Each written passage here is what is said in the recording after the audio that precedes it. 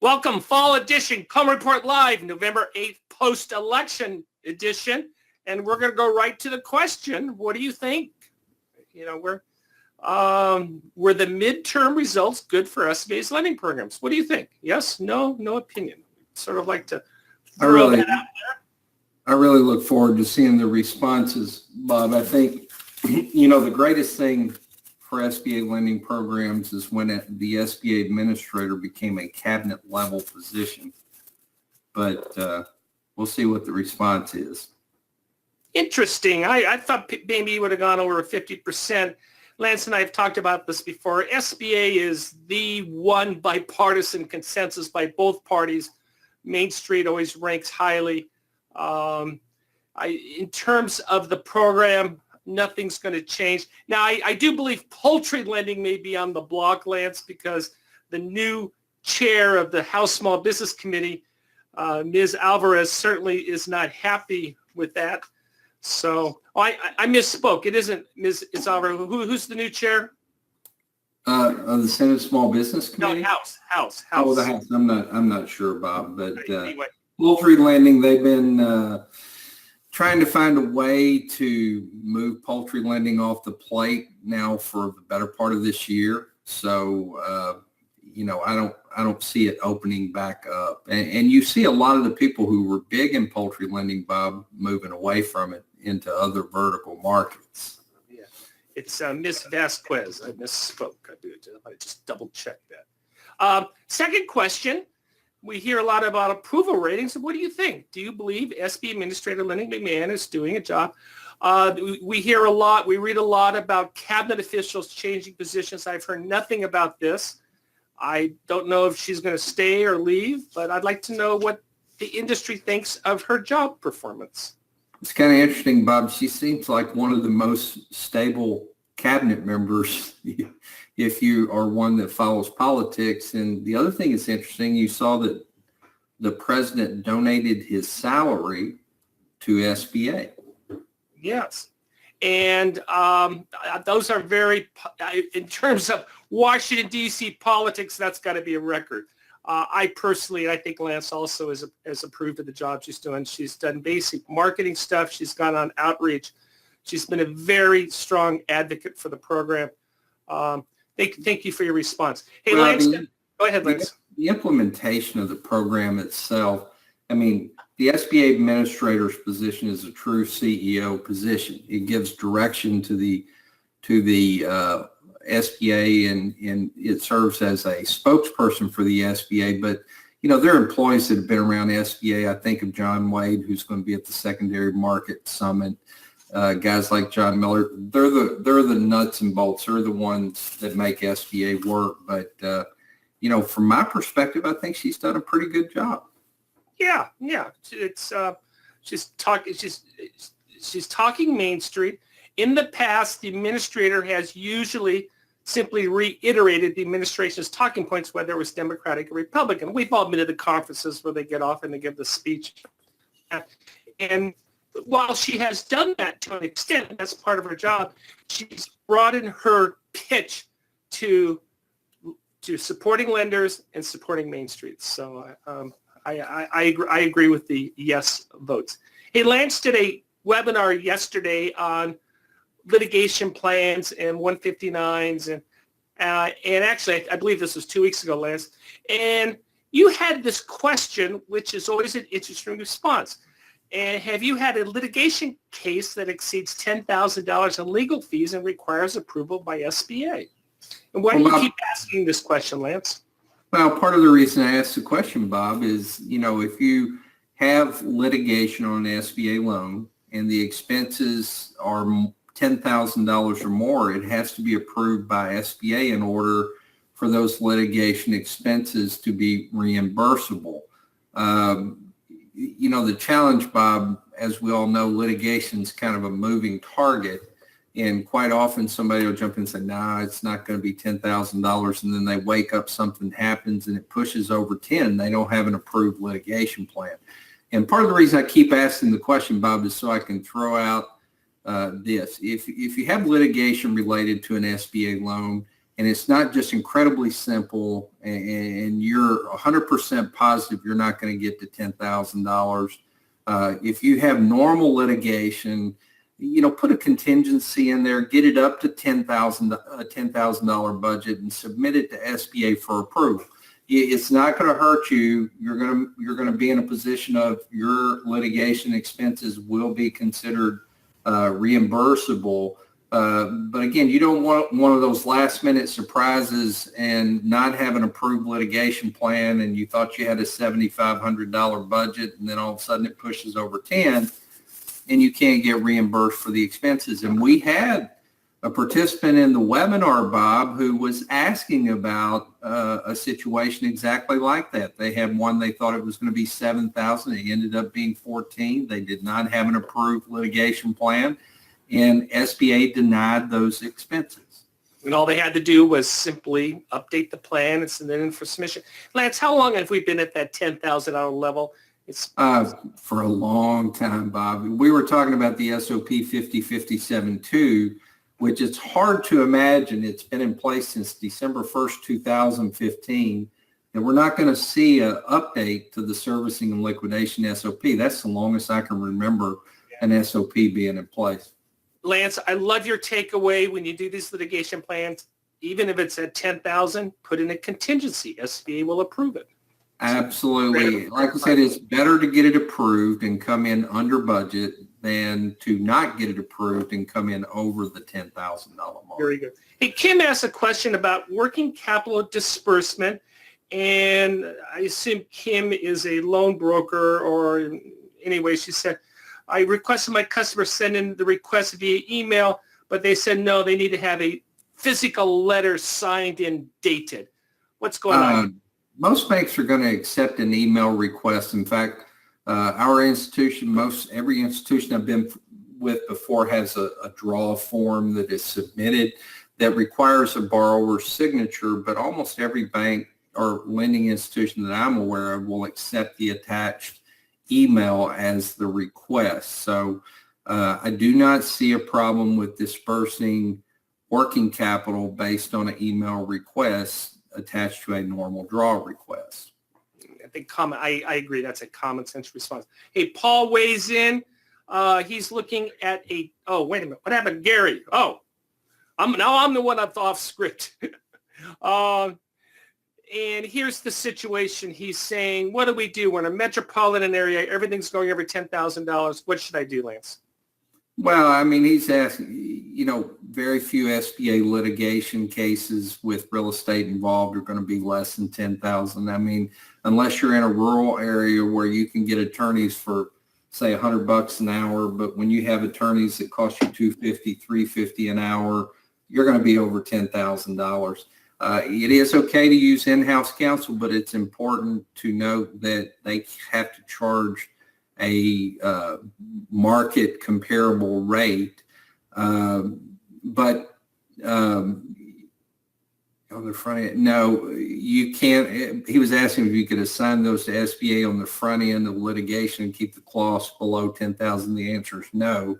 What concerns me about this, Lance, is Gary seems to think that $10,000 is a cap. It's not a cap. No. In fact, many litigation cases I've worked on, Bob, I've had some with litigation budgets in the $20,000, $25,000 range. Now, it needs to be appropriate when you're going through a liquidation project and litigation is involved. And let's say you have $1 million loan, you've got $15,000 litigation expenses. That's not an issue. If you've got a $50,000 loan with $15,000 litigation expenses, that's not prudent. But, my response is in most metropolitan areas, you're going to exceed $10,000. That requires approval by SBA. You need to make sure and use prudent liquidation and litigation techniques.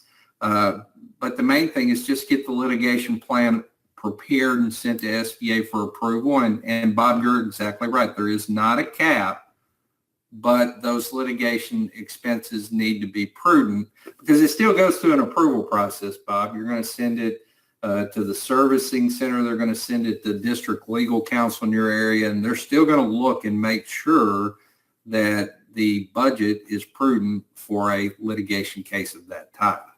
Lance, I know you work for your dad or were partners with him. My kids work for me, so succession planning is always important. Paul has a package where son is looking to purchase dad's business. Oh, I'm assuming son. I apologize. One of either the daughter or the son is going to be purchasing the business. Can dad be an employee after the sale? Well, the SOP is pretty clear on this. When you have a business acquisition loan and it doesn't break it out as to, family members or non-family members, it says that the seller can be on board as a consultant or maybe as an employee for no more than 12 months. And, I would be careful with this because one of the challenges you run into is, let's say the dad goes to work there, the loan goes in liquidation 5 years later, Bob, in SBA in the 12 months later, 12 months. In the purchase demand package, SBA figures out that the seller's working at the business. That would mean you made an ineligible loan. Yeah. And my response is it's unclear in the SOP. I wouldn't do it. Yeah, there's nothing in the SOP only addresses sellers working in the business. And it says there's a 12-month cap. And just because his dad doesn't mean you can circumvent that. There's no language that would say that. And like I said, the risk here is if you did let the dad work, the loan defaulted, there is a chance SBA might determine it's ineligible. Yeah, I think more than a chance. I think that's a risk. Hey, Lance, I want to talk about our survey results on the proposed rule. To recap, this came out in September. You have until November 22nd to respond. We are going to be sending all of your responses and putting them up online, but I thought you'd be interested to see what they did. Regarding the proposed bringing back the personal resource test, Lance, and we got a great response. Thank you very much. We got 139 people. I know it's not scientific, but 139 people in our little small industry is quite a bit. 76% don't like it. 19% didn't have a problem. What do you think about those results, Lance? I have mixed feelings about this, Bob, because right now it's real gray. Personal resources are kind of tied into credit elsewhere, and you might get criticized in a situation where you didn't think you were going to. If they implement the personal resource test, at least we have a clearly defined path in making a determination if we're requiring the owners to inject the appropriate level of capital. I don't necessarily like it. I've seen a lot of lenders say, well, we miss out on the opportunity to bring strong borrowers to the SBA program.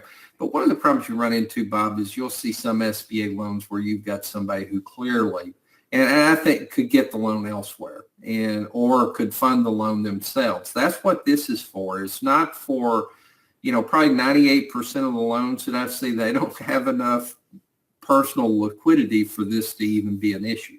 Unfortunately, there were one or two rogue exceptions, so that's why we're back with this test.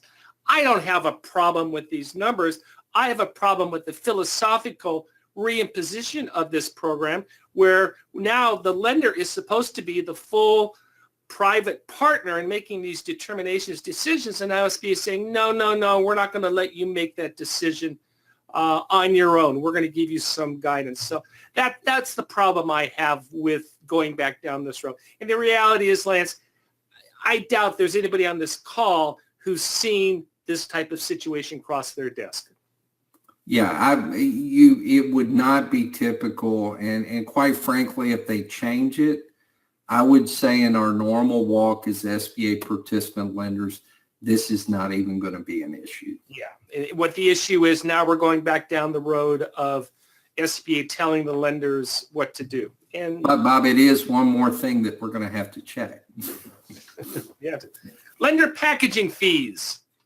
And we talked about the fees can be collected from the applicant of no more than $2,500, capped at $5,000. I'm surprised at this. 36% agree. I thought that would be a lower number, Lance.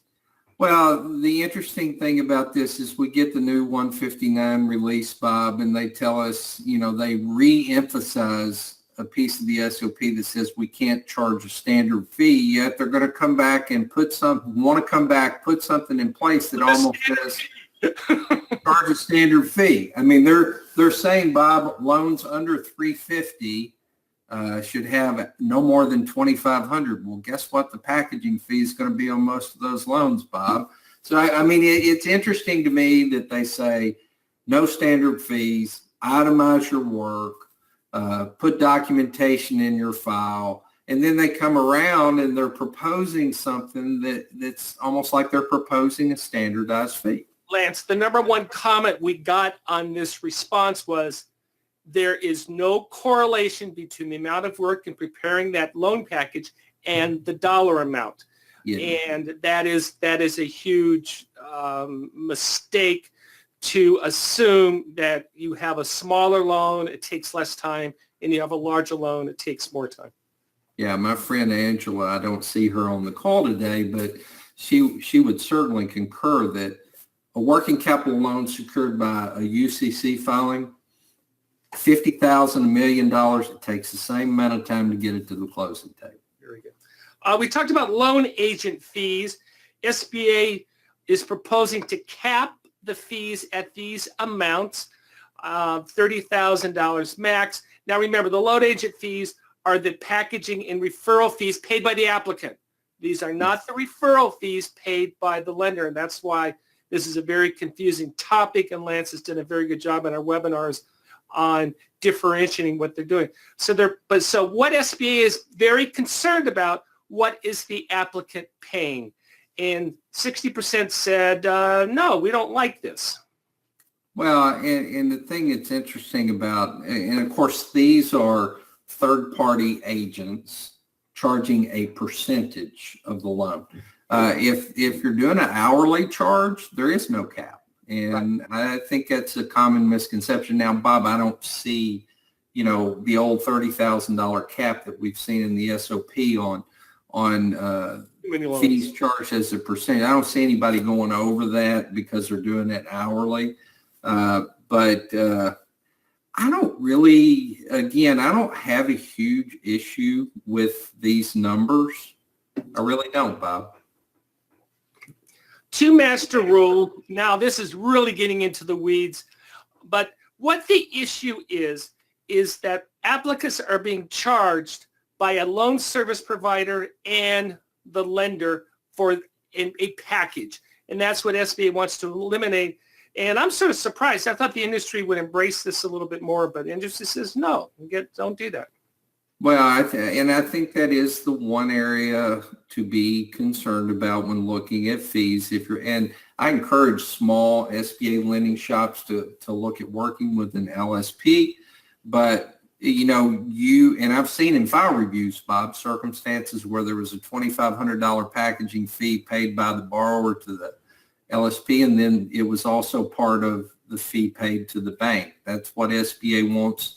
The SOP is incredibly clear that a third-party agent and a bank cannot be compensated for the same service.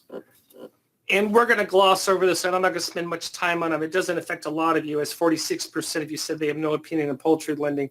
With the new Democratic control of the House Small Business Committee, it's going to be pretty difficult to do poultry lending. That's my quick synopsis. Lance, do you agree with that?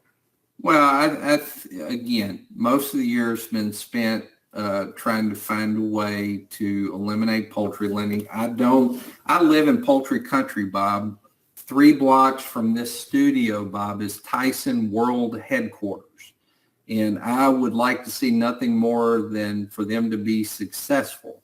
But the reality is you got a borrower who owns a metal chicken house. The poultry company owns the chickens, the feeds. They tell you what to do with it. There is a strong affiliation. And I'm not trying to kill poultry lending. I like it. I've done it. But I'm just saying it looks like SBA and the Democratic controlled House probably is going to move toward. The only negative on that is if they broaden clamping down on affiliation rules. I'm not telegraphing that. I don't see that happening. There's always the unintended consequences But this has really been a single issue for the House Small Business Committee.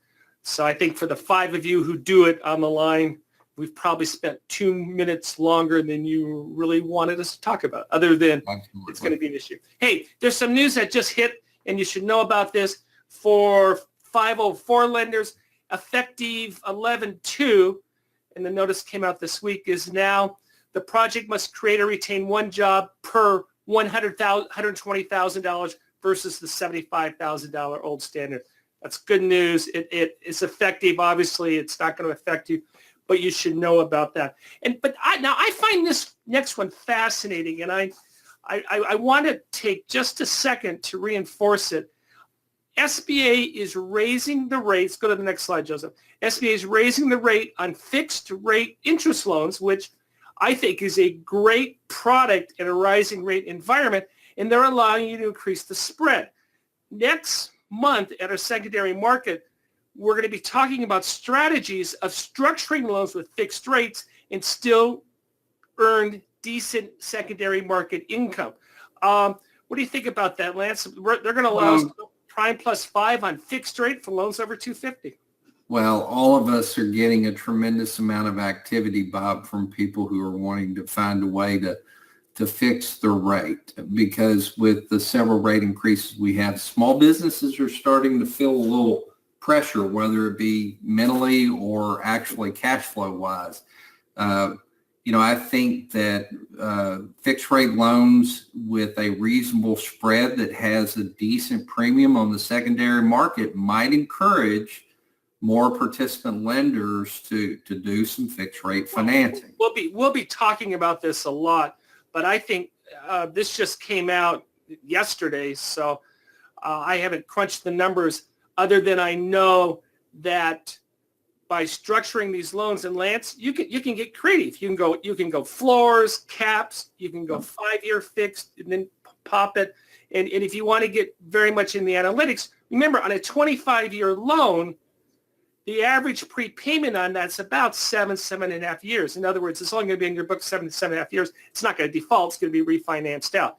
So by structuring something, you're not committing to 25 years. You're really committing to 7 years on a fixed rate basis. Anyway, I think this is very interesting, and we'll spend more time on it. Take a look at your institution. This may very well be a nice solution for someone who wants a fixed rate, and you say, okay, we need SBA, and we'll do it. Yeah, fixed rate lending for small businesses, having been a former small business owner, I always liked a fixed rate, Bob, because I knew what my payment was going to be. And people have lived through an 8 or 9 year period where Wall Street Journal Prime didn't change. So effectively they had fixed rate financing. And then over the last couple of years, they've seen the rate bump 6-7 times. Great. Oh, and I've been corrected. Bill, I thought you were right. I thought it went from 65. We were off on our numbers, and it was 65 to 75,000. And the exception for manufacturing went from 100 to 120. We made an error in that. I will correct that next. Yeah, that's wrong. Get rid of that. That's bad. Sorry. I did not proofread that. I will talk to Joseph about that. But it bumped it from 65 to 75. The bottom line, it's not going to affect you. As long as you're at the old numbers, you're going to be fine. And again, I think that's a minor change that isn't going to affect us, other than we made a mistake. Thanks for the correction, Bill. Very quickly, we're running out of time. We put out some interesting stats. I think we should all be experts in stats. I always like this one. 50% of us work for a small business. Most of you work for a small business. And 28% of small business is found by immigrants. I've always liked that. And numbers are popping on minority-owned small businesses as well as women-owned, and the emphasis is on veterans. And we've been talking about that for this month. Remember, on the veteran loans, the upfront fee on loans less than $350 is waived. Well, I think it's a great opportunity for every participant bank. You've got those marquees out in front of your bank, Bob. You should be saying, Happy Veterans Day, SBA loans with no guarantee fee, up to an opportunity to not only take care of our veterans, but to give them a good deal as well. But it is a market that's out there. And guys, I want to make sure and reemphasize, it's not just the veteran, but also a spouse of a veteran would qualify for the same deal. Lance, talk about what we are releasing today. Tell us about your on-site loan training certification. Well, it's exciting, Bob. We've been doing the SBA loan closer certification course for several years now, and it's all been filmed off-site, and people get to watch video segments. I'm actually going to get an opportunity to be up close and personal with the participants, be an opportunity for those who've taken the course before to get recertified and get new and updated information. It's a great opportunity for those who work as SBA loan closers who haven't taken the course. It's a great course, Bob. It gives you a good understanding of how to close the loan properly. And you know how I feel, Bob. If the loan is closed properly, I think the closer is one of the most important parts of the SBA lending process. I've worked a lot in liquidation. If they close it right, I can get the guarantee paid. Very good. And for those of you who don't know what this is, it's my in Flanders field poppy. If you don't know what I'm talking about, no worries. If you do, just reflect. Thank you all very much. Have a nice Monday off, and we'll talk to you next week. Have a great weekend.